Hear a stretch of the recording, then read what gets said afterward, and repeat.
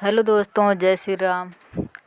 आज हम आप लोगों के लिए फिर से एक नई स्टोरी लेकर आ गए हैं और स्टोरी का शीर्षक है सोने की चिड़िया।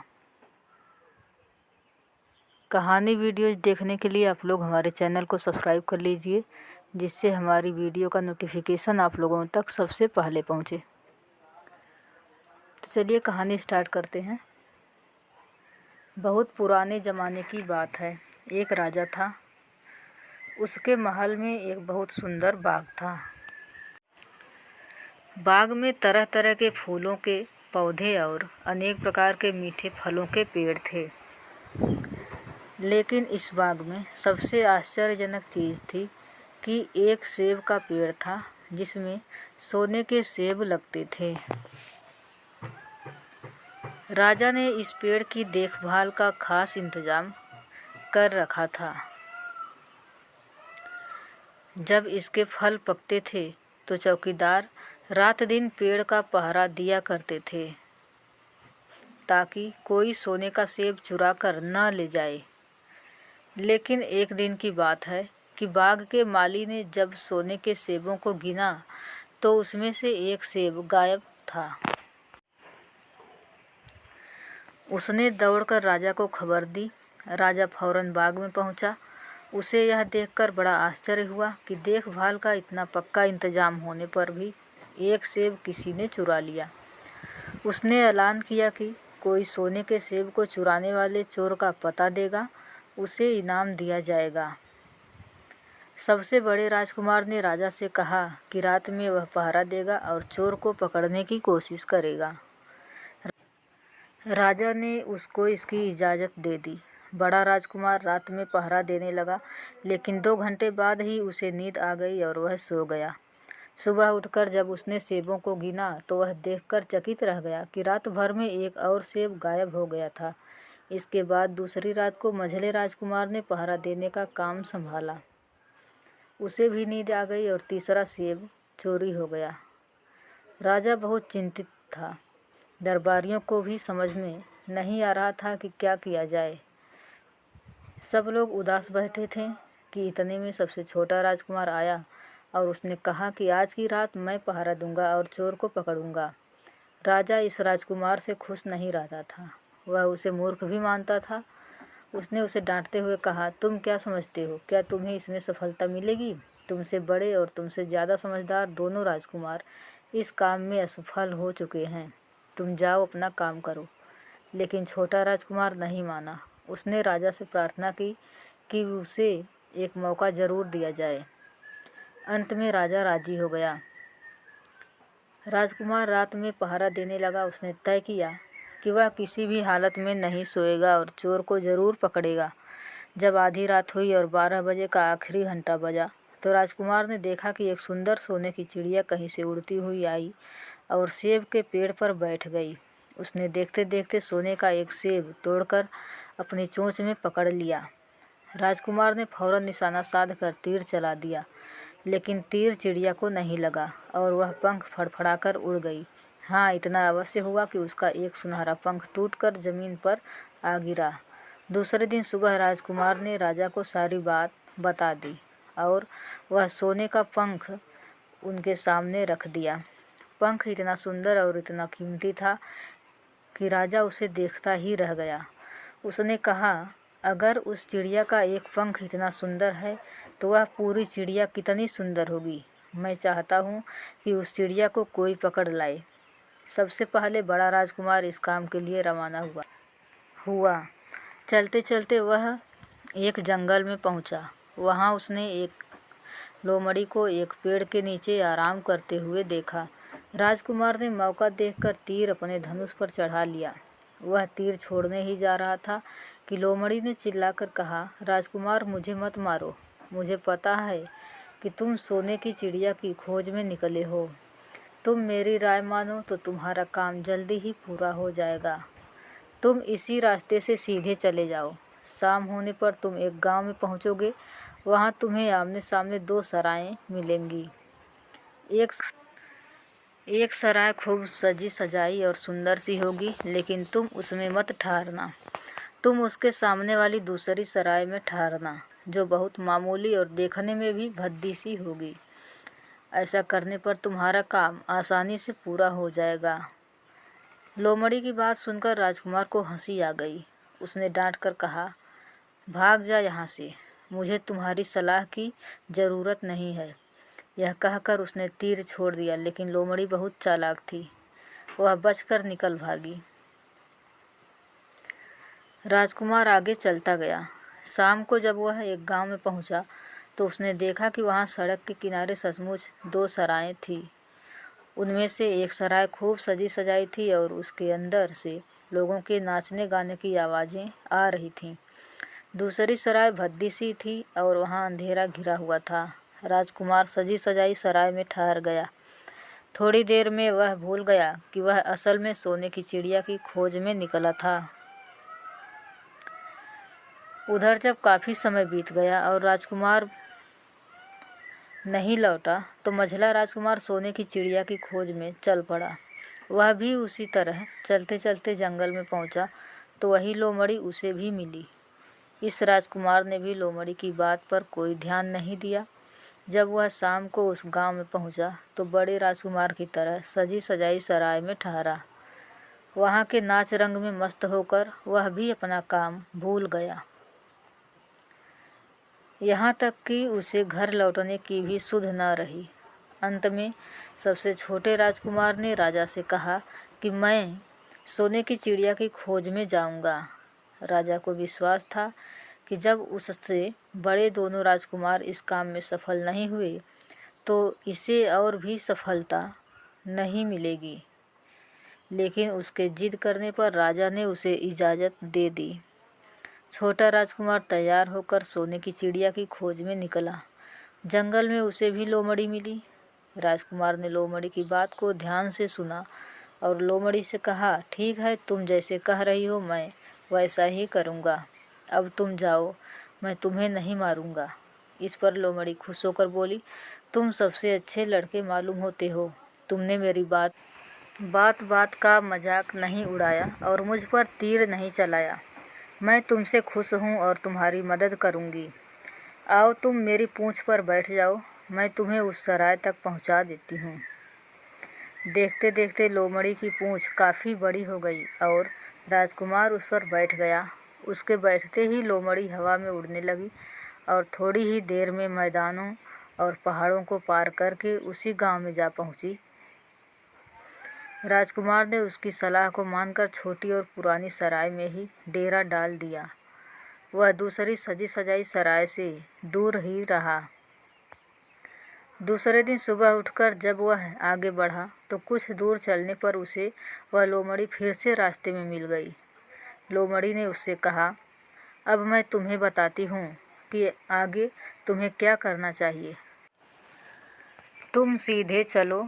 आगे चलने पर तुम्हें एक बहुत बड़ा किला मिलेगा जिस पर सिपाही लोग पहरा दे रहे होंगे। तुम सिपाहियों से डरना मत और सीधे अंदर चले जाना, क्योंकि वे इस समय सो रहे होंगे। तुम बेधड़क होकर किले में घुसते चले जाना और उनके कमरों को पार करते हुए उस जगह पहुंच जाना जहां लकड़ी के एक मामूली से पिंजरे में सोने की चिड़िया बंद है। तुम चिड़िया को पिंजरे सहित उठाकर किले से बाहर ले आना, लेकिन एक बात याद रखना, चिड़िया के पिंजरे के पास ही एक बहुत सुंदर सा सोने का पिंजरा भी रखा होगा।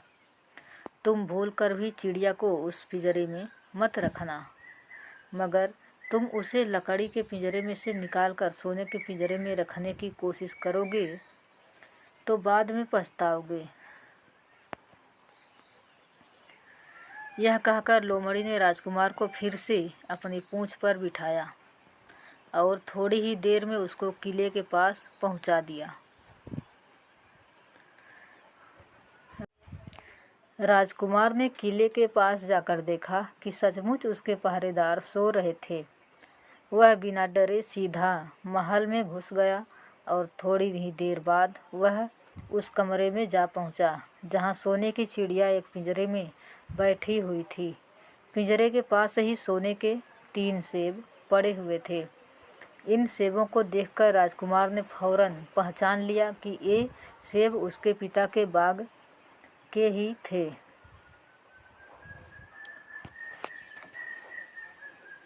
सोने की चिड़िया इतनी सुंदर थी कि राजकुमार उसको देखता ही रह गया।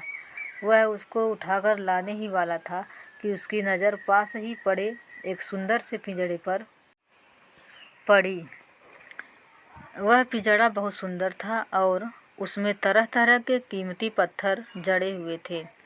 सोने की चिड़िया के लिए वही पिंजरा ठीक मालूम पड़ता था। राजकुमार लोमड़ी की बात को भूल गया और उसने सोने की चिड़िया को लकड़ी के पिंजरे से निकालकर सोने के पिंजरे में बंद कर दिया। लेकिन नए पिंजरे में आते ही चिड़िया ने खूब ज़ोर ज़ोर से शोर मचाना शुरू कर दिया। राजकुमार पिंजरे को उठाकर कमरे से बाहर भी नहीं निकल पाया था कि बहुत से सिपाही कमरे में घुस आए और उन्होंने राजकुमार को पकड़ लिया। अब राजकुमार को अपनी भूल का पता चला। उसे याद आया कि लोमड़ी ने उससे क्या कहा था, लेकिन अब क्या हो सकता था। सिपाही उसे खींचते हुए राजा के दरबार में ले गए। राजा के पूछने पर राजकुमार ने सारी बात कह सुनाई। राजा बोला, तुम मेरे महल में चोरी करने के लिए घुसे थे। मैं तुमको माफ़ नहीं कर सकता। तुम्हें फांसी की सज़ा दी जाएगी, लेकिन मैं तुम्हें एक मौका देता हूँ। अगर तुम मेरे लिए सोने का घोड़ा ला दो तो मैं न सिर्फ तुम्हें छोड़ दूँगा बल्कि सोने की चिड़िया भी तुमको दे दूँगा। राजकुमार को अपनी जान बचाने के लिए राजा की शर्त माननी पड़ी। अब वह सोने के घोड़े की तलाश में निकला। किले के बाहर जाने पर उसने देखा कि लोमड़ी उसका इंतज़ार कर रही थी। उसने लोमड़ी को सारी बातें बताई। लोमड़ी ने निराश होते हुए कहा, मैं अब तुम्हारी कोई मदद नहीं करूँगी। तुमने मेरे कहने के अनुसार नहीं किया। मैंने जिस तरह से कहा था, अगर तुम उस तरह से काम करते तो इस मुसीबत में नहीं फंसते और सोने की चिड़िया तुम्हें मिल जाती। राजकुमार बोला, इस बार मुझे माफ़ कर दो। मुझसे गलती हो गई।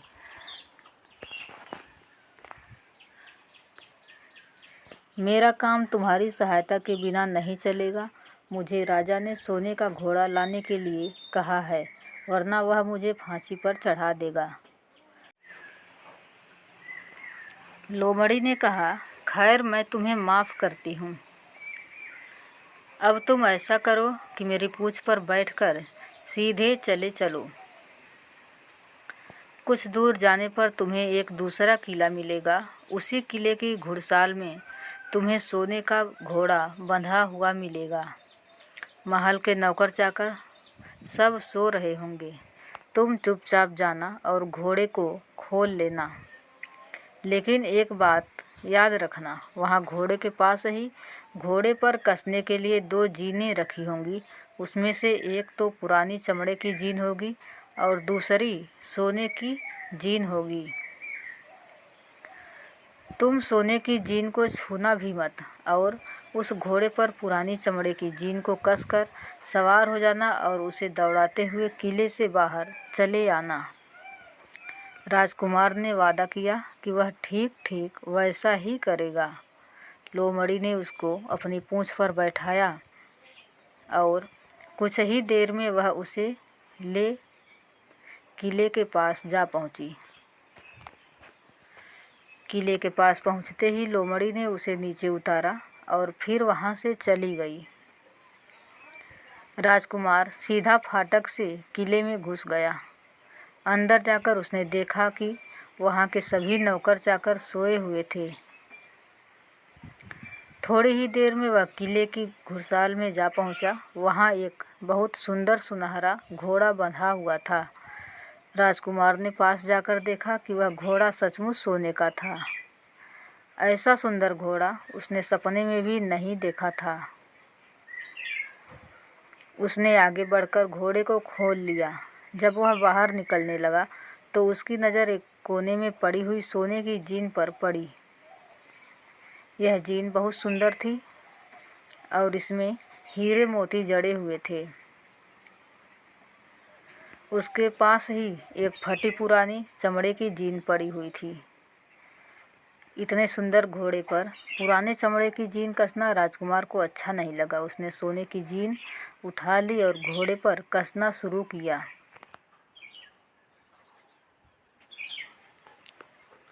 इतने में घोड़ा जोर से हिनहिना उठा। किले के नौकर चाकर जाग गए। थोड़ी ही देर में राजकुमार पकड़ लिया गया। राजकुमार को सिपाहियों ने हाथ बांधकर अपने राजा के सामने पेश किया। राजा ने सारी बातें सुनकर कहा, तुमने मेरे घोड़े को चुराने की कोशिश की है, इसलिए तुम्हें फांसी की सज़ा दी जाएगी। लेकिन अगर तुम मेरा एक काम कर दो तो मैं तुम्हें छोड़ सकता हूँ। यहाँ से कुछ ही दूर एक सोने का महल है और उसमें एक बहुत सुंदर राजकुमारी रहती है। अगर तुम अपनी जान बचाना चाहते हो तो उस राजकुमारी को मेरे पास ले आओ। तुम्हें इनाम में यह सोने का घोड़ा दे दूंगा। बेचारा राजकुमार वह फिर से एक नई मुसीबत में फंस गया। उसे मजबूर होकर राजा की शर्त माननी पड़ी। अब वह सोने के महल की खोज में निकला। कुछ दूर चलने पर फिर उसे वह लोमड़ी मिली। पता नहीं कैसे लोमड़ी को सारी बातें मालूम हो गई थी। वह बोली, देखो तुमने इस बार भी मेरी बात नहीं मानी। मेरी बात मान जाते तो यह नई मुसीबत तुम्हारे गले नहीं पड़ती। खैर मुझे तुम पर दया आ रही है, मैं तुम्हारी मदद करूँगी। चलो मैं तुमको सोने के महल के पास पहुँचाए देती हूँ। तुम महल के बाहर ही कहीं पीछे छिपे रहना। जब उसमें से शाम को राजकुमारी तालाब में नहाने के लिए बाहर आए तो तुम आगे बढ़कर उसका हाथ पकड़ लेना। जैसे ही तुम उसको छुओगे राजकुमारी तुम्हारे साथ आने के लिए राजी हो जाएगी। लेकिन एक बात याद रखना, तुम उसको वहाँ से अपने साथ ले आना। उसे वापस महल में मत जाने देना। वह तुमसे कहेगी कि मैं अभी अपने माता पिता से मिलकर आती हूँ, लेकिन तुम उसकी बातों में मत आना, वरना फिर मुसीबत में फंस जाओगे।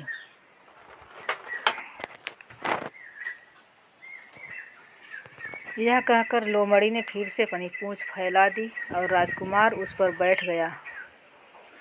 देखते देखते लोमड़ी हवा में उड़ती हुई कुछ देर बाद सोने के महल के पास जा पहुंची। महल के पास पहुंचते ही राजकुमार एक पेड़ की आड़ में छिपकर बैठ गया। शाम को जब राजकुमारी नहाने के लिए किले से बाहर आई तो राजकुमार ने हिम्मत करके आगे बढ़कर उसका हाथ पकड़ लिया। उसके छूते ही राजकुमारी उसके साथ चलने के लिए तैयार हो गई। वह बोली, राजकुमार तुम मुझे जहाँ भी ले जाना चाहोगे मैं तुम्हारे साथ चलूँगी, लेकिन मुझे थोड़ी देर के लिए अपने माता पिता से मिल आने दो। राजकुमार ने कहा, नहीं यह नहीं होगा, तुम्हें तुरंत मेरे साथ चलना पड़ेगा। लेकिन राजकुमारी रोने लगी। इतनी सुंदर राजकुमारी को रोते देखकर राजकुमार का मन पिघल गया। अंत में वह राजी हो गया और बोला, जाओ थोड़ी देर के लिए माता पिता से मिल आओ, लेकिन फिर तुरंत बाहर चली आना।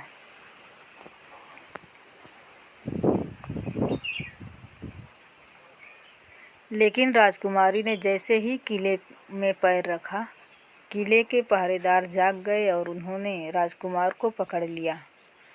राजकुमार बहुत पछताया, लेकिन अब क्या हो सकता था। सिपाहियों ने उसे अपने राजा के सामने पेश किया। राजा बहुत निराश था। उसने उसी वक्त हुक्म दिया, इस राजकुमार को फौरन फांसी पर चढ़ा दिया जाए। यह सुनकर राजकुमार रोने गिड़गिड़ाने लगा। इस पर राजा ने थोड़ी देर विचार करने के बाद कहा, मैं अपनी आज्ञा वापस नहीं ले सकता, लेकिन अगर तुम मेरा एक काम कर दो तो तुम्हारी जान बच सकती है। हमारे किले के ठीक सामने यह जो बड़ा पहाड़ है, इसके कारण हमारे किले की सुंदरता नष्ट होती है। अगर तुम 8 दिन में इस पहाड़ को खोदकर साफ कर दो तो हम तुम्हें क्षमा कर देंगे और राजकुमारी का विवाह तुम्हारे साथ कर देंगे। राजकुमार किले के बाहर आकर पहाड़ को देखने लगा। उसके हाथ में एक छोटी सी कुदाली थी।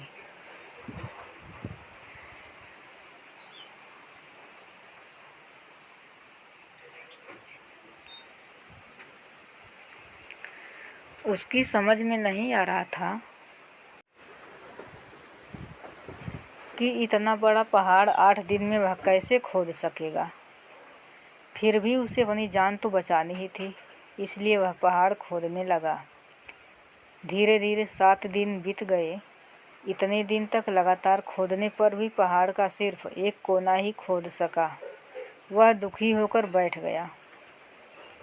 उसे अब अपने पर बहुत अधिक क्रोध आ रहा था। वह मन में कहने लगा कि अगर मैंने लोमड़ी की बात मान ली होती तो कितना अच्छा होता। लोमड़ी ने मुझको हर बार ठीक सलाह दी और मैं हर बार उसका कहना न मानकर नई से नई मुसीबत में फंस जाता हूँ।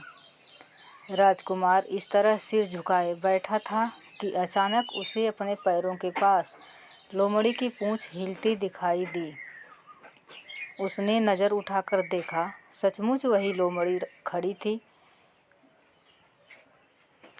लोमड़ी ने मुस्कुराते हुए कहा, क्यों, क्या हाल है? इस बार तो तुम्हारी मदद करने की मेरी जरा भी इच्छा नहीं थी, लेकिन मैं 7 दिन से तुमको पहाड़ खोदते हुए देख रही हूँ। मुझे दया आ गई और मैं तुम्हारी मदद करने के लिए चली आई। जाओ, तुम बहुत थक गए हो, सो जाओ। मैं थोड़ी ही देर में तुम्हारा काम पूरा कर दूंगी। इस बार राजकुमार ने तय कर लिया था कि अब वह लोमड़ी जिस तरह कहेगी वह उसी तरह करेगा। वह चुपचाप उठकर एक तरफ सोने चला गया। थोड़ी ही देर में उसे नींद आ गई। सुबह जब वह सोकर उठा तो उसे अपनी आंखों पर विश्वास नहीं हो रहा था। वहाँ कहीं भी पहाड़ का नाम नहीं था और महल का सुंदर दृश्य दिखाई दे रहा था। राजकुमार सीधा राजा के पास पहुँचा। राजा उसके काम पर बहुत खुश था। उसने तुरंत अपने वादे के अनुसार राजकुमारी के साथ उसका विवाह कर दिया। जब राजकुमार उस सुंदर राजकुमारी के साथ कुछ दूर चला तो उसे रास्ते में फिर वही लोमड़ी मिली। लोमड़ी बोली, बधाई हो राजकुमार। राजकुमारी के साथ तुम्हें देखकर मुझे बड़ी खुशी हो रही है, लेकिन अब तुम्हें सोने का घोड़ा और सोने की चिड़िया भी प्राप्त करनी चाहिए, क्योंकि वे दोनों चीज़ें तुम्हारे ही लायक हैं और तुम उन्हें आसानी से प्राप्त कर सकते हो। राजकुमार बोला, लेकिन भला मुझे सोने का घोड़ा और सोने की चिड़िया कैसे मिल सकती है? मैं तो इस राजकुमारी को भी उस राजा के लिए ले जा रहा हूँ। लोमड़ी ने कहा, नहीं, तुम ऐसा काम कभी मत करना। इस राजकुमारी के साथ तुम्हारा विवाह हुआ है और अब यह तुम्हारी ही है। अगर तुम मेरे कहने के अनुसार काम करो तो तुम्हें सोने का घोड़ा और सोने की चिड़िया भी मिल सकती है। तुम पहले इस राजकुमारी को लेकर सोने के घोड़े वाले राजा के पास जाओ। राजा खुश होकर तुमको सोने का घोड़ा दे देगा। तुम घोड़े पर सवार हो जाना और सवार होकर सबसे विदा लेना। राजकुमारी से तुम सबसे बाद में विदा लेना। जैसे ही तुम राजकुमारी के पास पहुँचो, तुम उसे हाथ से पकड़कर घोड़े के ऊपर खींच लेना और घोड़े को दौड़ा देना। सोने का घोड़ा इतना तेज दौड़ता है कि दुनिया का तेज से तेज घोड़ा भी उसकी बराबरी नहीं कर सकता। जाओ, तुम पहले इतना काम पूरा करो। इसके बाद आगे का काम मैं तुम्हें बाद में बताऊंगी। मैं तुम्हें वहाँ रास्ते में मिलूंगी। राजकुमार ने ठीक वैसा ही किया जैसा लोमड़ी ने उससे कहा था।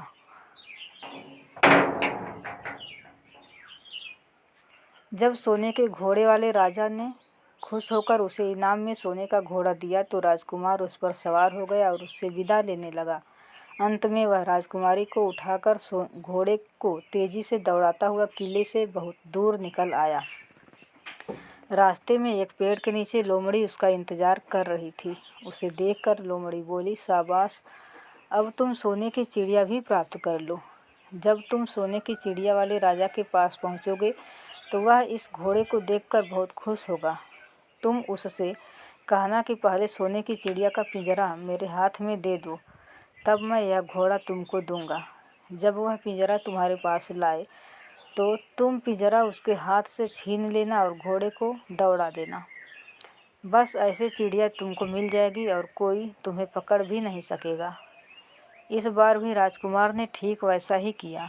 वह राजकुमारी के साथ ही घोड़े पर बैठा रहा और जब राजा ने उसके हाथ में सोने की चिड़िया का पिंजरा दिया तो उसने देखते देखते एड़ मार दी और सोने का घोड़ा हवा से बातें करने लगा। कुछ दूर चलने पर लोमड़ी उसे मिली। राजकुमार ने उससे कहा, तुमने मेरी बड़ी मदद की है। तुम्हारी वजह से मुझे न सिर्फ सोने की चिड़िया मिली बल्कि सोने का घोड़ा और इतनी सुंदर राजकुमारी भी मिल गई। बताओ मैं तुमको क्या इनाम दूं? मैं तुमको कुछ न कुछ ज़रूर देना चाहता हूँ। लोमड़ी ने कहा, अगर तुम खुश हो तो मेरा एक काम कर दो। तुम एक तीर चलाकर मुझे मार दो। इस समय तुम यही सबसे बड़ा काम मेरे लिए कर सकते हो। राजकुमार ने कहा, भला यह कैसे हो सकता है? तुमने मेरी इतनी मदद की और मैं बदले में तुम्हें मार दूं? मुझसे यह नहीं होगा। यह सुनकर लोमड़ी बड़ी दुखी हुई और बोली, अगर तुम मेरा यह काम नहीं कर सकते तो फिर ठीक है, जाओ। लेकिन मैं तुम्हारी भलाई के लिए ही कह रही हूँ कि तुम दो बातें ज़रूर याद रखना। एक तो तुम किसी कुएं की दीवार पर मत बैठना और दूसरे तुम ऐसे लोगों के लिए धन मत खर्च करना जिन्हें फांसी मिलने वाली हो। राजकुमार बोला, भाई तुम भी अजीब हो, तुम्हारी बातें मेरी समझ में ही नहीं आती। भला मैं कभी कुएं की दीवार पर क्यों बैठूंगा और ऐसे आदमियों पर धन क्यों खर्च करूंगा जिनको फांसी दी जाने वाली हो। लेकिन लोमड़ी ने उसकी बात का कोई जवाब नहीं दिया और अलविदा कहकर वहाँ से चली गई। राजकुमार सोने का घोड़ा दौड़ाता हुआ आगे बढ़ा। राजकुमारी उसके साथ ही बैठी हुई थी और सोने की चिड़िया का पिंजरा उसके हाथ में था। कुछ ही देर में राजकुमार उस छोटे गांव में जा पहुंचा जिसमें वे दोनों सराएं थीं। गांव के लोग और ख़ास तौर से बच्चे उसको देखने के लिए बाहर निकल आए। सोने के घोड़े पर इतने सुंदर राजकुमार के साथ बैठी एक राजकुमारी को देखकर सभी लोग चकित थे। इतने में राजकुमार ने देखा कि गांव के बगीचे में एक जगह बहुत से लोग जमा हैं और कुछ शोर हो रहा है। राजकुमार के पूछने पर लोगों ने बताया कि वहां दो आदमियों को फांसी देने की तैयारी हो रही है। राजकुमार उधर ही चल पड़ा। वहां पहुंचने पर उसने पहचान लिया कि जिन आदमियों को फांसी दी जाने वाली थी वे और कोई नहीं बल्कि उसके ही भाई थे। वे लोग तब से उसी सजी सजाई सराय में रह रहे थे और तरह तरह के बुरे काम करते थे। वे जुआ भी खेलते थे और जुए में बहुत सा धन हार चुके थे। उन्होंने लोगों से बहुत सा रुपया भी उधार लिया था।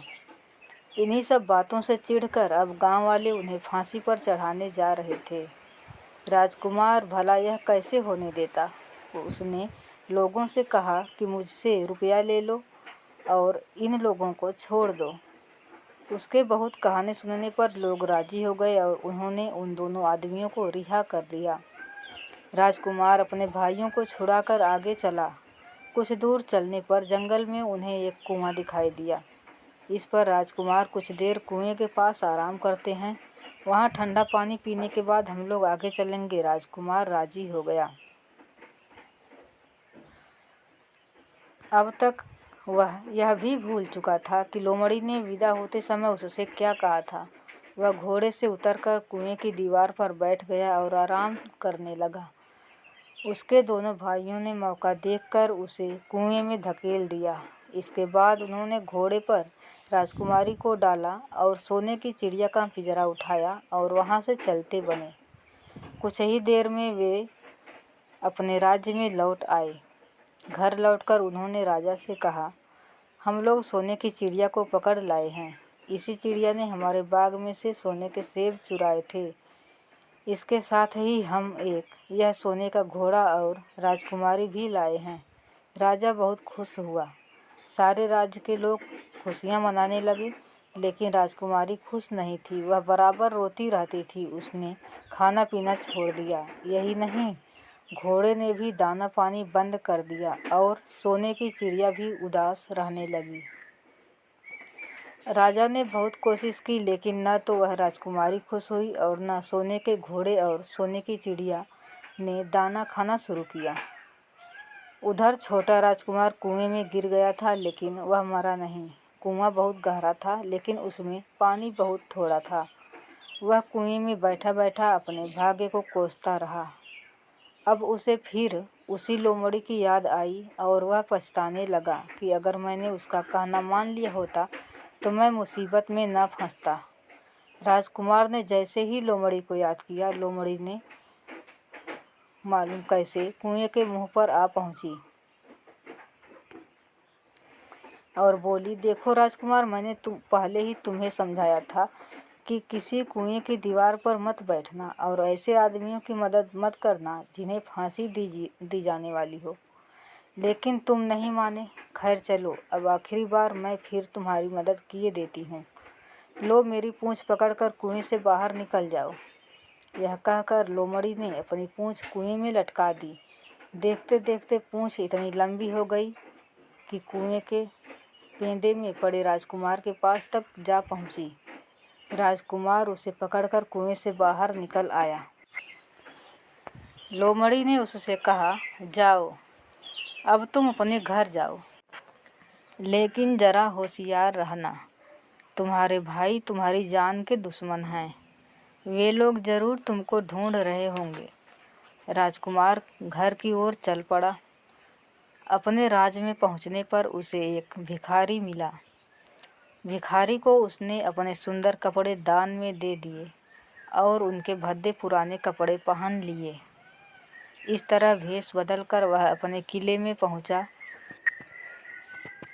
वहां उसके पहुंचने पर एक बड़ी आश्चर्यजनक बात हुई। सोने का घोड़ा खुशी से हिनहिनाने लगा और दाना खाने लगा। सोने की चिड़िया भी अपने पिंजरे में खुशी से फुदकने लगी और गाना गाने लगी। राजकुमारी ने अपने आंसू पोंछ डाले और वह भी खुश दिखाई देने लगी। लेकिन राजा की समझ में कुछ नहीं आया। उसने राजकुमारी से इसका कारण पूछा तो वह बोली, मैंने तो पहले ही आपको सारी कहानी बता दी थी। आपके बड़े और मझले राजकुमार ने छोटे राजकुमार के साथ धोखा किया है। इन्होंने आपको भी धोखा दिया है, लेकिन अब आपका छोटा राजकुमार यहाँ पर आ पहुँचा है, इसीलिए मुझे बहुत खुशी हो रही है। उसी के साथ मेरी शादी हुई है और मैं उसके साथ ही सुखी रह सकती हूँ। फिर उसने मैले कुचैले कपड़े पहने एक आदमी की ओर इशारा करते हुए कहा, वह रहा है आपका छोटा राजकुमार। राजा ने भी अपने छोटे लड़के को पहचान लिया। अब राजा ने अपने छोटे बेटे के बारे में अपने विचार बदल दिए। अब वह उसको बहुत समझदार और बहादुर मानने लगा और उससे बहुत अधिक प्यार करने लगा। उसने उसको राजगद्दी पर बिठाने का निश्चय किया। बड़े और मझले राजकुमार ने अपने छोटे भाई को ही धोखा नहीं दिया था, बल्कि राजा को भी धोखा दिया था। इससे राजा उनसे बहुत नाराज था। उसने उन दोनों को अपने राज्य से निकलवा दिया। इसके बाद बड़ी धूमधाम के साथ राजकुमारी के साथ राजकुमार का विवाह हुआ और दोनों सुख से रहने लगे। लेकिन राजकुमार उस लोमड़ी को नहीं भूला था जिसने उसकी सहायता की थी। एक दिन समय निकालकर वह जंगल में उस लोमड़ी की खोज में निकला। बहुत ढूंढने के बाद एक पेड़ के खोखले भाग में उसने उस लोमड़ी को चुपचाप बैठे हुए देखा। लोमड़ी बहुत उदास थी और पहले से बहुत ज़्यादा दुबली भी हो गई थी। राजकुमार को देखते ही लोमड़ी ने उसे पहचान लिया और कहा, आह, कहो राजकुमार, आज इधर कैसे भूल पड़े। राजकुमार ने कहा, मैं आज तुम्हें ही ढूंढने के लिए आया हूँ। चलो मेरे बाग में आराम से रहना वहाँ तुम्हें किसी तरह की तकलीफ़ नहीं होगी। यहाँ तो जंगल में तुम्हें खाने पीने की तकलीफ़ होती होगी और जंगली जानवरों और शिकारियों का डर बना रहता होगा। लोमड़ी ने कहा, नहीं राजकुमार, मैं यहाँ ठीक हूँ और भला अब तुम्हें मेरे दुख से क्या लेना देना। तुम्हारा काम निकल गया, अब तुम सुख से अपने राज्य में रहो। राजकुमार बोला, नहीं, तुमने मेरा बड़ा उपकार किया है, मैं तुम्हें इनाम देना चाहता हूँ और अपने साथ ही ले जाना चाहता हूँ। राजकुमारी भी बहुत खुश होगी कि वह भी तुमसे मिलना चाहती है। लोमड़ी बोली, अगर तुम सचमुच मुझे इनाम देना चाहते हो तो मेरा एक काम कर दो। मैंने तुमसे पहले भी कहा था कि तुम तीर चलाकर मुझे मार दो, इसी से मेरा लाभ होगा। असल में एक जादूगर ने मुझ पर जादू कर रखा है। मैं लोमड़ी नहीं हूँ, मुझे उसके जादू के प्रभाव से लोमड़ी के रूप में रहना पड़ रहा है। मैं तो उसी देश का राजकुमार हूँ जहाँ की राजकुमारी से तुम्हारा विवाह हुआ है। असल में वह राजकुमारी मेरी छोटी बहन है। अगर तुम तीर चलाकर मुझे मार दोगे तो इस जादू से मुझे मुक्ति मिल जाएगी और मैं फिर अपने देश लौट जा सकूँगा। राजकुमार को यह सुनकर बड़ा आश्चर्य हुआ। उसने फौरन अपने धनुष पर तीर चढ़ाया और लोमड़ी की ओर छोड़ दिया। तीर के लगते ही लोमड़ी मर गई और उसमें से एक सुंदर सा राजकुमार निकल आया। फिर दोनों राजकुमार आपस में गले मिले। इसके बाद दोनों राजकुमार वापस महल में लौट आए। वहाँ राजकुमारी अपने भाई से मिलकर बहुत खुश हुई। तो दोस्तों, हमारी वीडियो आपको कैसी लगी कमेंट में ज़रूर बताइएगा और अगर आप हमारे चैनल पर नए हैं तो प्लीज़ हमारे चैनल को सब्सक्राइब कर लीजिए। अगर वीडियो अच्छी लगी हो तो एक लाइक ज़रूर करिएगा।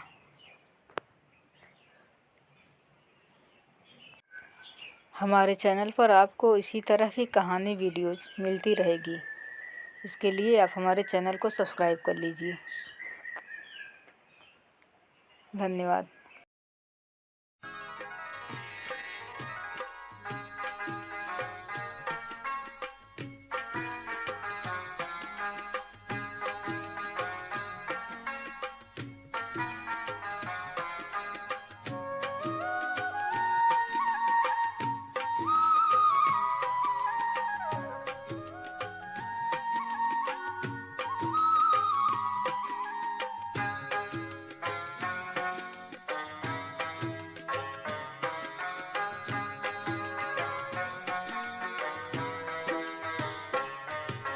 भजे मने रामं महाभिरामं